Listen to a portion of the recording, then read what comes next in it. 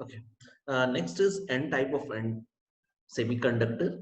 So in N type, pentavalent impurities like phosphorus, arsenic, and antimony are added.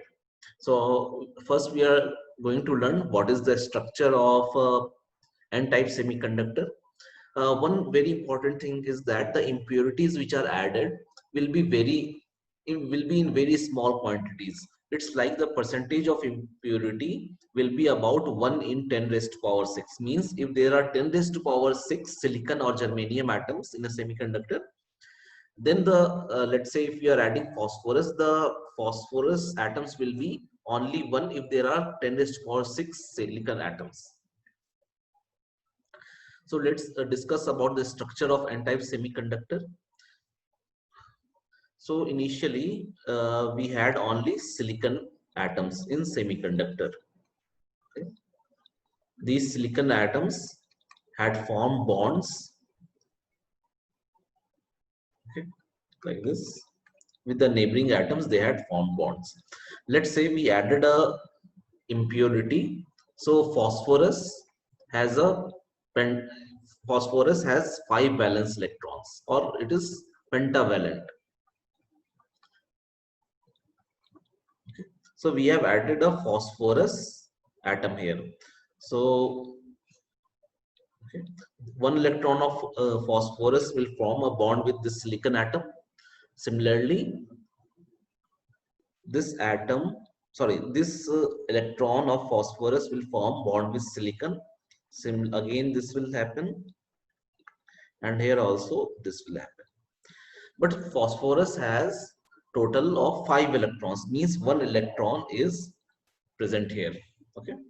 Now this fifth electron, it doesn't forms any covalent bond, and it is very far from the nucleus, means it is very loosely bound to the nucleus.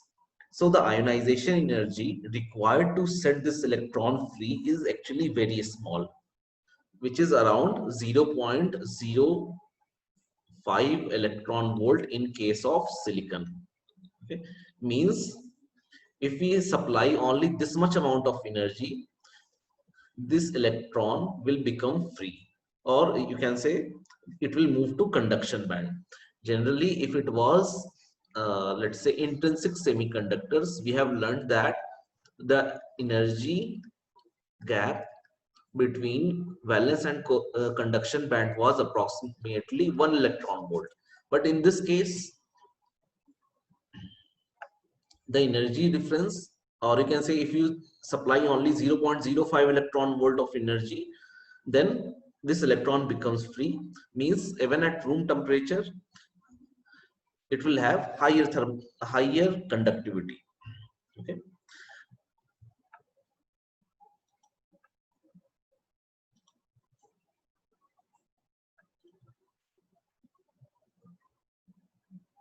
So these are the same things.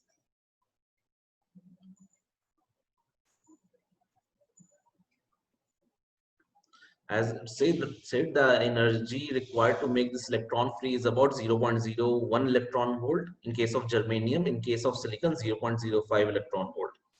This energy is very small as compared to remove an electron bond to atom by breaking the covalent bond.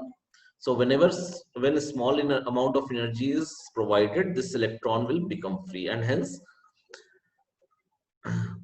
conductivity will increase because of availability of this free electron.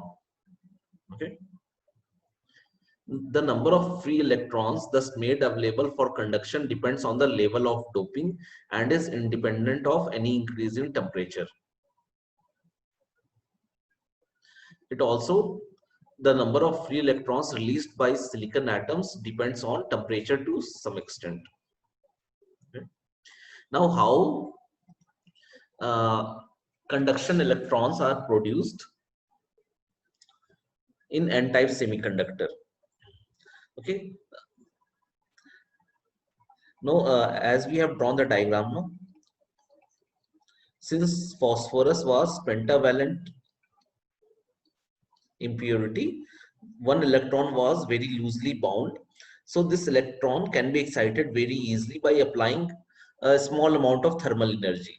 or you can say free electrons can be generated by thermal excitation in the intrinsic, sorry, that second case, the free electrons which are donated by the impurity atom. So these free electrons are there, because of which conduction is increased. Another is when you will supply some thermal energy, which will be actually some like 1 electron volt thermal energy is there, then this electron which is here, it can break the bond and come out. When that happens, electron and hole pair will be formed. So this is the another method by which free electrons will be generated.